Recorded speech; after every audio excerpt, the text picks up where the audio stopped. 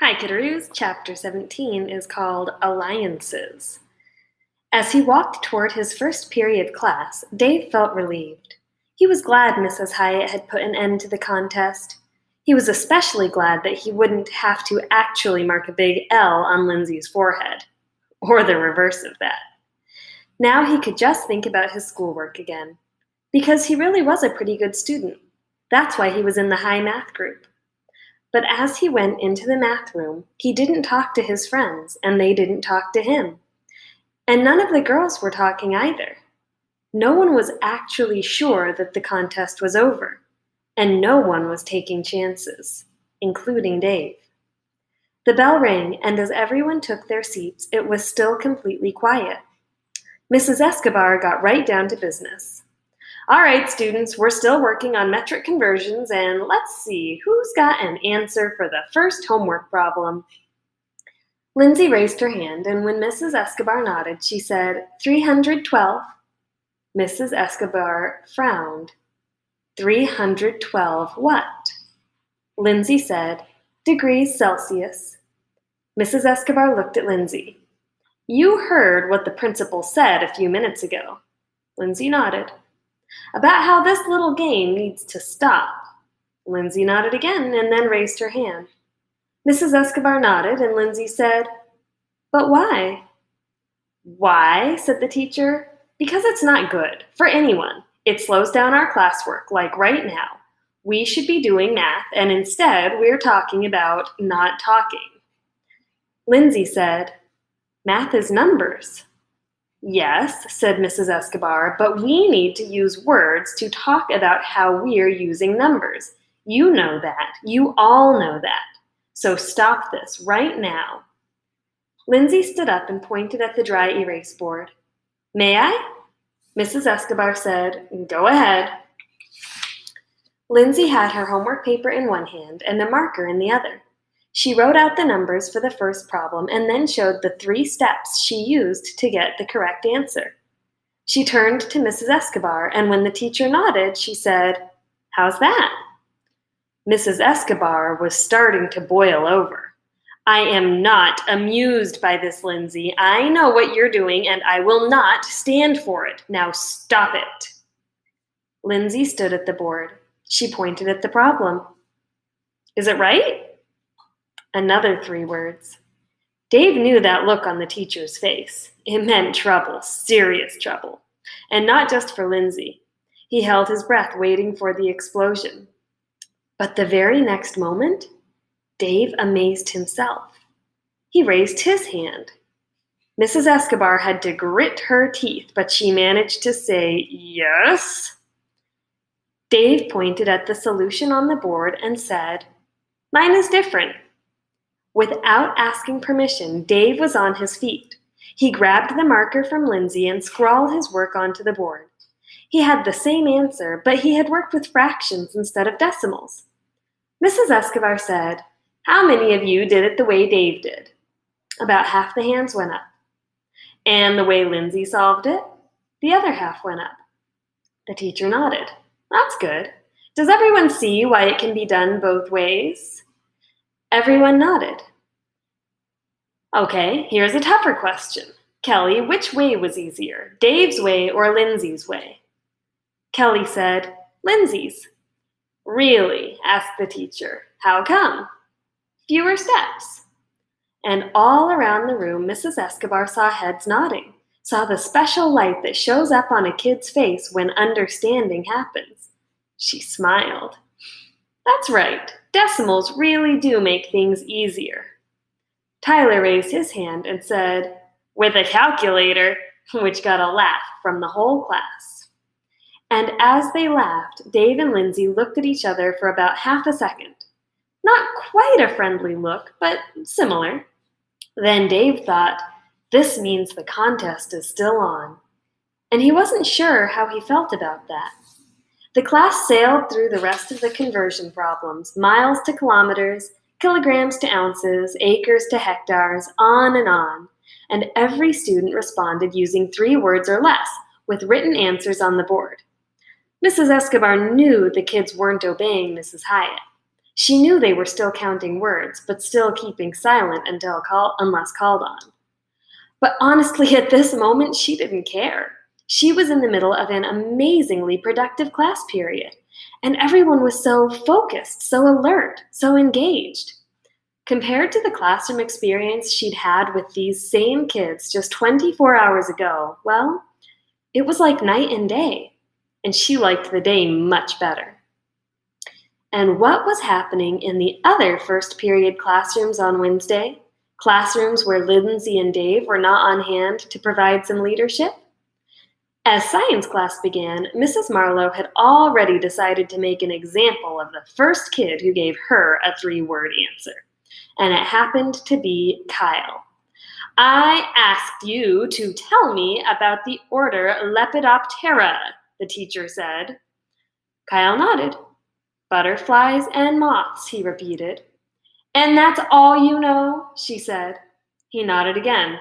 "Pretty much," which got a giggle from the class.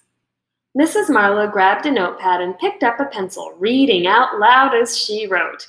"Dear Mrs. Hyatt, Kyle has refused to obey your instructions. He is not participating in class discussion and he—" Kyle raised his hand and Mrs. Marlowe snapped, "What?" "I'm participating." "No," she said. "You're deliberately using as few words as possible, and you are disobeying the principal."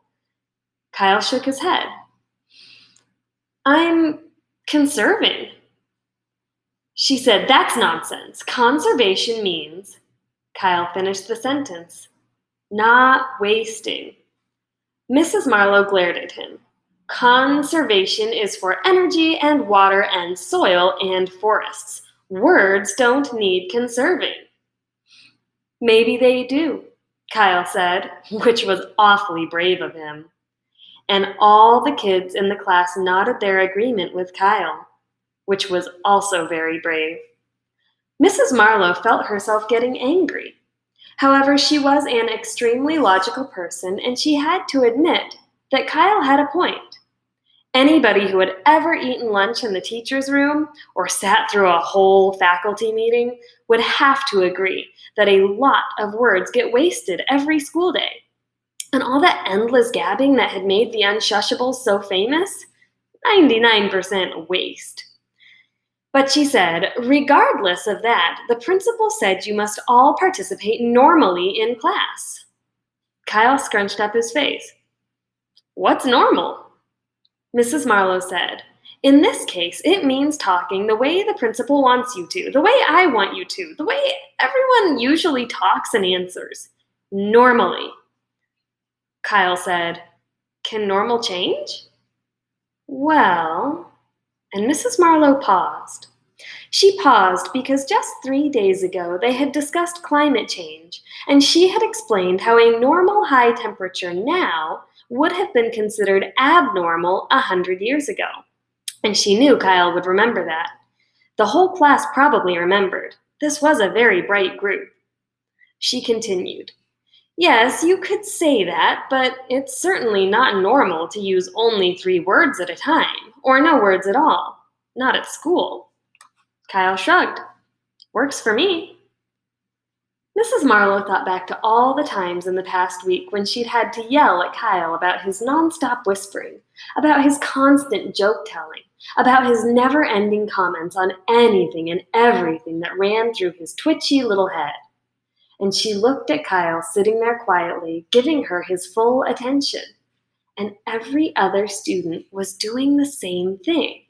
And suddenly, the idea of trying to make these kids talk, actually demanding that they all go back to being noisy, self-absorbed chatterbrains, it simply wasn't logical. So, Mrs. Marlowe decided to go ahead with her lesson for the day, and she adjusted herself to the new normal. Because the new normal was at least 10 times better than the old normal. In social studies, there were more oral reports, and Mrs. Overby called on Ed Canner and Bill Harkness to go first. The boys walked to the front of the room, stood shoulder to shoulder, and both of them looked down at the index cards in Bill's hands. Ed said, "Italy is old." Then Bill said, "The Roman Empire." And Ed said, "Ruled the world." And Bill said, "For many centuries." And Mrs. Overby said, "What do you two boys think you're doing?" Ed said, "Giving our report." And Bill said, "On Italy." "No," said the teacher, "you're still playing that game, counting the words." "But we practiced," Ed said. "We're ready," Bill said. And Ed said, "Can we finish?" Like the other teachers up and down the fifth grade hall, Mrs. Overby had to make a decision. Go with the flow, which promised to be very quiet and orderly, or call for the principal, raise a ruckus, and try to force these kids to be their regular old noisy selves again. As a student of history, Mrs. Overby knew about the power of a grassroots movement.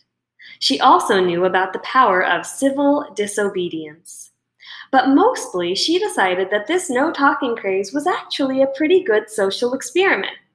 Plus, she didn't feel like the kids thought they were winning and she was losing. It wasn't like that.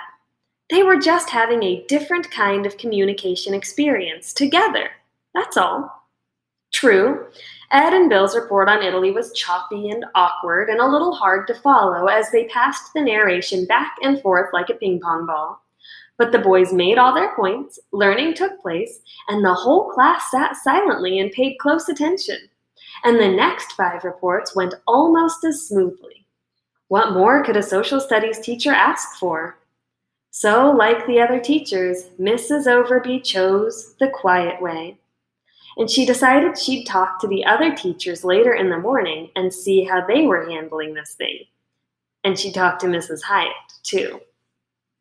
Language arts was the easiest class for the kids. Mr. Burton didn't even try to make them stop their activity. If they wanted to be quiet and talk only in 3-word bursts, he was all for it, no matter what the mighty Mrs. Hyatt had said. After all, this was his classroom, wasn't it? And if he believed this way of using words could provide a good language arts learning experience, then couldn't he proceed with it? Yes, absolutely. But he wasn't foolish. He walked to the back of the room, stuck his head out into the hallway, looked both ways, and then closed his door. Back at the front of his room, Mr. Burton said, "Eric and Rachel, please come up and sit in these chairs." When they were seated, he said, "You two are going to have a short debate. A debate is an orderly argument, and each of you will take opposite sides on the same issue. And the question is, should there be soft drink machines in school cafeterias? Rachel, you will argue for this question, and Eric, you will argue against it. You will take turns speaking, and you may use no more than 3 words for each statement. Ready?" Eric and Rachel shook their heads no. Mr. Burton said, "Don't worry, you'll both do fine. Eric, you first, and you may begin." Eric said, "Soft drinks, bad." Rachel shook her head and said, "Not bad, delicious." Eric frowned. "Too much sugar." Rachel said, "I like sugar." Eric shook his head. "Sugar rots teeth." Rachel smiled a big smile. "Not mine." Eric said, "Milk is better." Rachel shrugged. "Try sugar-free." Eric said, "Still bad. Nutrition." Rachel held up her arm and made a muscle. "I eat vegetables." Eric said, "Not everyone does." Rachel said, "I like choosing." Eric said, "Soda is expensive." Rachel pulled $1 from her pocket. "I have enough." Eric said, "Spend it smarter." Rachel said, "What about freedom?" Eric shook his head. "Not at school." Rachel smirked. "Very bad news." And they went on like that for about 5 minutes with no let-up. All the kids were fascinated, and of course, so was Mr. Burton. He took furious notes, writing down each response, trying to record the kind of gestures the kids made, their facial expressions, their tones of voice. Very few words were being exchanged, but whole worlds of ideas were floating around, as the kids tried to build their arguments. They got emotional, and the 3-word limit was clearly a problem. Still, they packed a lot into so few words. It was like debating with condensed haiku. It was also sort of like listening to cave people talk, or maybe Tarzan. Hungry, eat now. And Mr. Burton wrote some 3-word chunks of his own, which he intended to use in his human development paper. Every word counts. Choose power words. Hemingway would approve. Focus and narrow. Ideas are collapsible. Remember Miles Davis. And as he looked at what he wrote, he thought, maybe I should write my whole paper using 3-word sentences. That would certainly get the attention of my professor. In music class, the kids entered the room and sat silently, just like yesterday afternoon. Mrs. Akers was sure the students were going to disobey Mrs. Hyatt's orders, and she was ready to take some drastic steps to stop this nonsense. But when she played an introduction and launched into Over the River and Through the Woods, everyone sang right out. The teacher was amazed. Mrs. Akers felt like there had been a glorious victory for the forces of law and authority, and she intended to write the principal a special note to say thanks for her strong leadership. In fact, though the principal's talk was not the direct cause of the singing, Taryn had written a simple note, and she'd shown it to all the boys and girls as they came into the music room. Singing is not talking. Deal? And by nodding, all the boys and all the girls had silently agreed that bending the contest rules a little was a good idea. Besides, no one wanted the Thanksgiving music program to sound lousy, and their contest would be over by then anyway. The boys and girls in that first period music class might not have noticed it, but the important thing was not that they had agreed to sing. The important thing was that they had agreed about anything. 5th grade boys and 5th grade girls at Laketon Elementary School were actually cooperating and helping each other. And that's what was happening in the other 5th grade classrooms too. The boys and girls had joined forces without even realizing it. Together, they had resisted the pressure from the principal and from their teachers. They had used their wits and teamed up to prove that not talking was a simple, harmless activity. It wasn't like the boys and girls were getting all buddy-buddy or anything, and it wasn't like the teasing and taunting had completely stopped, because old habits are hard to break. But still, cooties were dying all over the place. That was one result. Another result of the morning classes was that the kids had won a new kind of respect from their teachers. Teachers have great respect for order and self-discipline. Teachers love to make careful plans and then put them into action. It's what they do. And teachers hate noise and disorder and bouncing kids, because these things keep them from accomplishing their careful plans. However, there was one gigantic problem with all this harmony and order and balance and peace that was blooming in the 5th grade hall. Mrs. Hyatt wasn't in the loop. She was clueless about these new developments. In fact, the principal wasn't even in the building during the morning. She was across town at the district offices working on next year's budget. She had left her trusty teachers to carry out her strict orders. But Mrs. Hyatt had organized her meetings to be sure that she would be back at her school in time for 5th grade lunch, because the principal felt sure she would be needed at lunch with her bullhorn to keep law and order just like always. Because Mrs. Hyatt had complete confidence in her teachers. She was sure that by lunchtime everything would be back to normal. Do you think she's going to be happy with what she finds?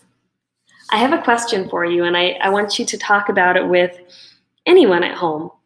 The kids, on purpose, decided to disobey Mrs. Hyatt, and each of their teachers had different reactions to it, but each of their teachers eventually decided they didn't mind so much. So what do you think? Is it okay to disobey something that a teacher or a principal has told you to do? What if you have reasons like the kids had? What if you think the person who gave you that order was wrong? Is it okay then to disobey?